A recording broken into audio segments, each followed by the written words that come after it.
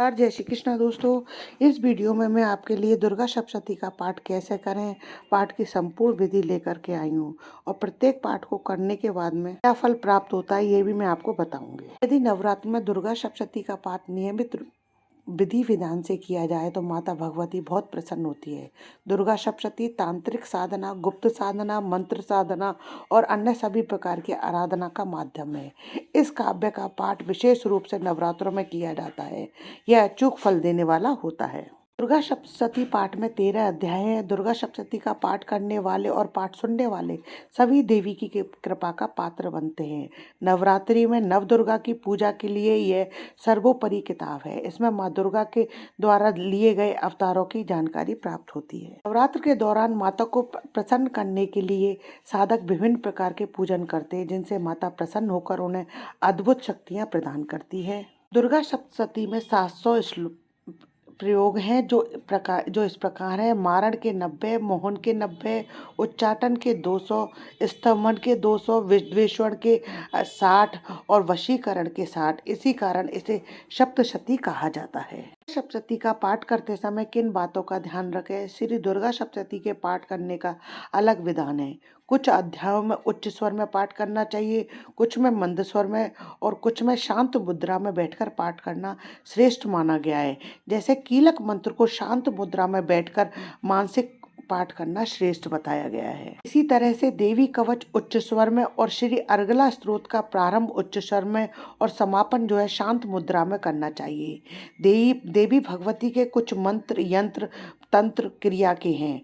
संपूर्ण दुर्गा सप्तशती स्वर विज्ञान का एक हिस्सा है। ये जानते हैं दुर्गा सप्तशती की संपूर्ण पाठ विधि।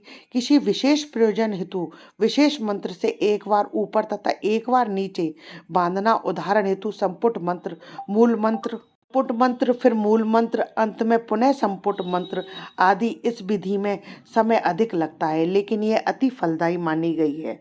संपुट विधि जो है अत्यधिक फलदायी मानी गई है। अच्छा यह होगा कि आप संपुट के रूप में अर्गला स्तोत्र का कोई मंत्र ले लीजिए या कोई बीज मंत्र जैसे ओम श्रीम ह्रीम क्लीम दुर्गाए नमः ले लें या ओम दुर्गाए नमः से भी पाठ कर सकते हैं। सर्वप्रथम साधक को स्नान कर शुद्ध हो जाना चाहिए। पूजन करने वाले साधक को स्नान करके आसन शुद्धि की क्रिया संपन्न करके शुद्ध आसन पर बैठ जाएं। माथे पर अपनी पसंद के अनुसार भस्म, चंदन या रोली लगा लें, शिखा बांध लें। फिर पूर्वामुखी होकर तत्व शुद्धि के लिए 4 बार आचमन करें। में निम्न मंत्रों को बोलना चाहिए। ओम ऐं आत्म तत्व शोधयामि नमः स्वाहा। ओम ह्रीम विद्या तत्व शोधयामि नमः स्वाहा। ओम क्लीम शिव तत्व शोधयामि नमः स्वाहा। ओम ऐं ह्रीम क्लीम सर्व तत्व शोधयामि नमः स्वाहा। के पश्चात प्राणायाम करके गणेश आदि देवताओं एवं गुरुजनों को प्रणाम करें। फिर पवित्र हस्तो वैष्णव्यो इत्यादि मंत्र से कुश की पवित्री धारण करके हाथ में लाल फूल, अक्षत और जल लेकर संकल्प करें। संकल्प करते वक्त आपको बोलना चाहिए श्री दुर्गा सप्तशती का पाठ करने से पहले भगवान गणपति शंकर जी का ध्यान करिए। उसके बाद हाथ में जौ, चावल और दक्षिणा रखकर देवी भगवती का ध्यान करिए और संकल्प लीजिए। हे भगवती, मैं आपका जो भी नाम है नाम ले, सपरिवार अपने परिवार का नाम, सदस्यों के नाम ले, अपना गोत्र बोले, स्थान जहाँ पर आप रह रहे हैं उस जगह का नाम ले। पूरी निष्ठा, समर्पण और भक्ति के साथ आपका ध्यान कर रहा हूँ। हे भगवती, आप हमारे घर में आगमन करिए और हमारी इस मनोकामना को, आपकी जो भी कोई मनोकामना है, मन में धारण कर लीजिए और उसको बोलिए। लेकिन उसको मन ही मन बोलना है। उसको पूरा करने की माता से जो है आपको प्रार्थना करनी है। संकल्प को जो है माता रानी की चौकी पर छोड़ दें। श्री दुर्गा सप्तशती के पाठ जप माला का भी उतना ही संकल्प करें जितनी 9 दिन कर सकें। यदि यज्ञादि करें तो बोलें कि मेरे को स्वीकार करें। कल्प करके देवी का ध्यान करते हुए पंचोपचार विधि से पुस्तक की पूजा करें। पुस्तक की पूजा का मंत्र जो है वो इस प्रकार है। ओम नमो देव्यै महादेव्यै शिवाय सततम नमः। नमः प्रकृतये भद्राय नियताम प्रणताम स्मत्वाम। यही तंत्र और तंत्र विद्या में जो है ये मंत्र दिया गया है। इसके बाद भगवती को प्रणाम करें। फिर पीठ, आसन, सिंहासन जिस पर पुस्तक को रखा जाता है के ऊपर पुस्तक को विराजमान करें। उसके बाद शापोद्धार करना चाहिए। उसके लिए निम्न मंत्र का तरीका अपनाएं। शापोद्धार का मंत्र जो है वो इस प्रकार है। ओम ह्रीं क्लीं श्रीं क्रां क्रीं चंडिका देव्ये शापनाशनुग्रह कुरु कुरु स्वाहा। इस मंत्र का आदि और अंत में 7 बार जप करें। यह शापोद्धार मंत्र कहलाता है। अनंतर उत्कीलन मंत्र का जाप किया जाता है। इसका जप आदि और अंत में 21-21 बार होता है। यह मंत्र जो है इस प्रकार है, उत्कीलन मंत्र जो है वो इस प्रकार है। ओम श्रीं क्लीं ह्रीं सप्तशती चंडिके उत्कीलनम कुरुम कुरुम स्वाहा। जप के पश्चात आदि और अंत में 7-7 बार मृत संजीवनी विद्या का जप करना चाहिए, जो इस प्रकार है। ओम ह्रीं व्रीं वम वम ऐं ऐं मृत संजीवनी विद्ये मृतापय उत्थापय क्रीं ह्रीं वम स्वाहा। शापोद्धार करने के बाद श्री भगवती देवी का ध्यान करके पूजन करें। धूप दीप नैवेद्य के साथ भगवती की पूजा करें। इसके बाद कवच, अर्गला, कीलक और रात्रि सूक्त का पाठ करने के पश्चात दुर्गा सप्तशती का पाठ आरंभ किया जाता है। कवच को बीज, अर्गला को शक्ति और कीलक को कीलक की संज्ञा दी गई है। इस प्रकार सब मंत्रों में पहले बीज का, फिर शक्ति का, फिर अंत में कीलक का उच्चारण होता है। उसी प्रकार यहाँ भी पहले कवच रूप बीज का, फिर अर्गला रूपा शक्ति का और अंत में कीलक रूप कीलक का क्रमशः पाठ होना चाहिए। अतः कवच, अर्गला, कीलक और रात्रि सूक्त का पाठ करने के बाद दुर्गा सप्तशती के अध्यायों का पाठ किया जाता है। सप्तशती के प्रथम दिन एक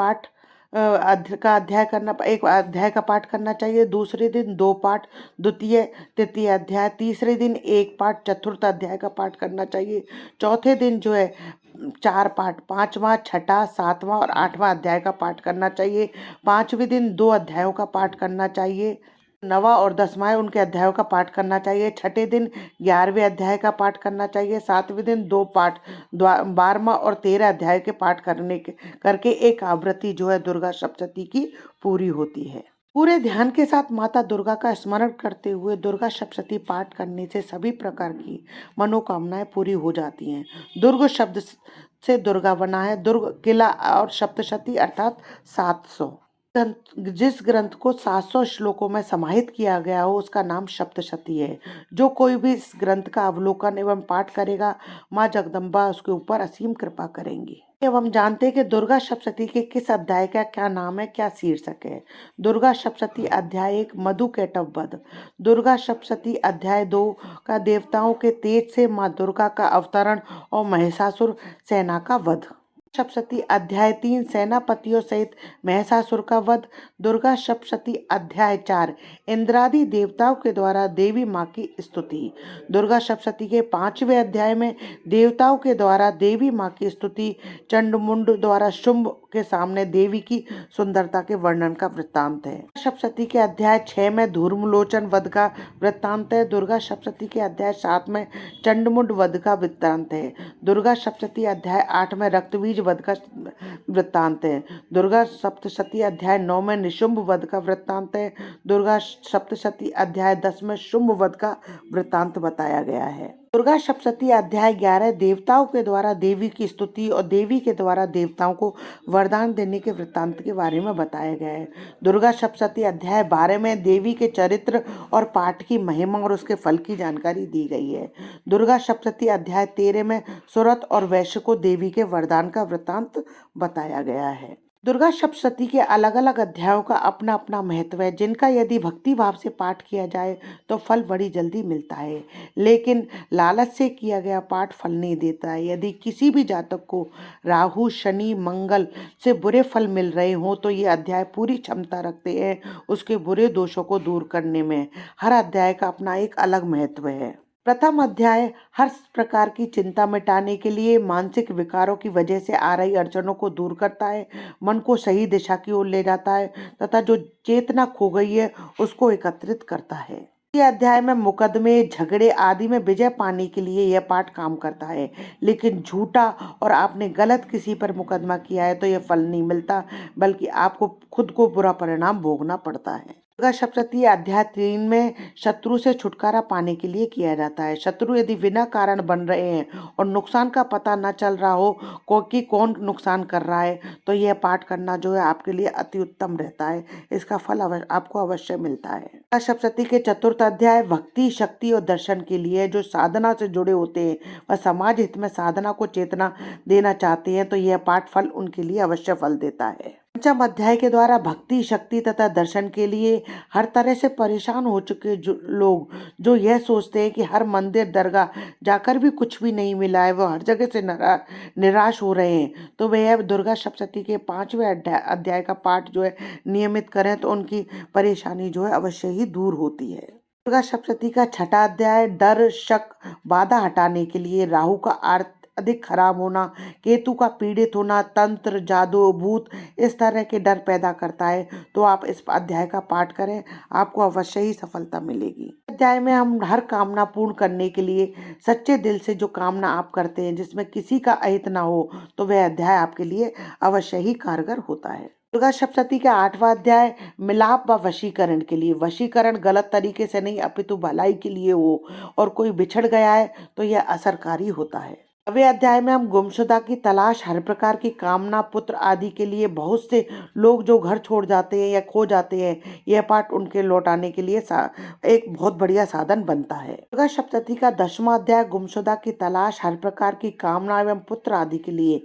अच्छे पुत्र की कामना रखने वाले या बच्चे गलत रास्ते पर चले गए हैं जिनके चल रहे हैं, तो यह पाठ जो उनके लिए पूर्ण फलदायी होता है बच्चों को सही मार्ग पर लाने के लिए। दुर्गा सप्तशती का 11वां अध्याय व्यापार व सुख संपत्ति की प्राप्ति के लिए। कारोबार में हानि हो रही है, पैसा नहीं रुकता है या बेकार के कामों में नष्ट हो जाता है, तो उसके लिए कारगर साबित होता है। 12वें अध्याय में मान सम्मान तथा लाभ की प्राप्ति के लिए। इज्जत जिंदगी का एक हिस्सा है, यदि इस पर कोई आरोप प्रत्यारोप करता है तो यह पाठ आपके लिए अवश्य ही लाभ प्रदान करता है। 13वें अध्याय में भक्ति प्राप्ति के लिए, साधना के बाद पूर्ण भक्ति के लिए यह पाठ करें।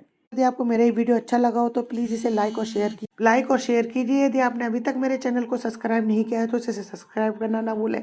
पास ही में बेल आइकन को दबाएं जिससे मेरे आने वाले हर नए वीडियो का नोटिफिकेशन आपको मिल जाए। जय माता की दोस्तों।